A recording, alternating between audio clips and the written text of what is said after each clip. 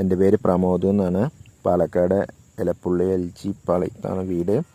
എനിക്ക് ചെറുപ്പത്തിൽ തന്നെ പോളിയോ ബാധിച്ചിട്ട് നടക്കാനോ എണീക്കാനോ ഒന്നിനും പറ്റില്ല.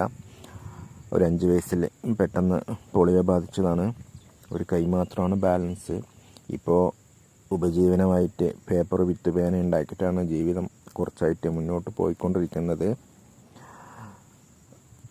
അമ്മ പ്രായമായതുകൊണ്ട് പണിക്കും കാര്യങ്ങൾക്കൊന്നും പോകാനും പറ്റില്ല.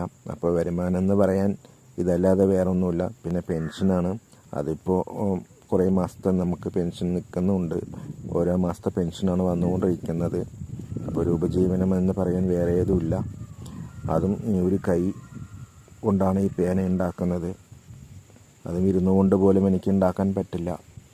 കിടന്നുകൊണ്ടൊക്കെയാണ് ഈ പേന ഉണ്ടാക്കുന്നത്.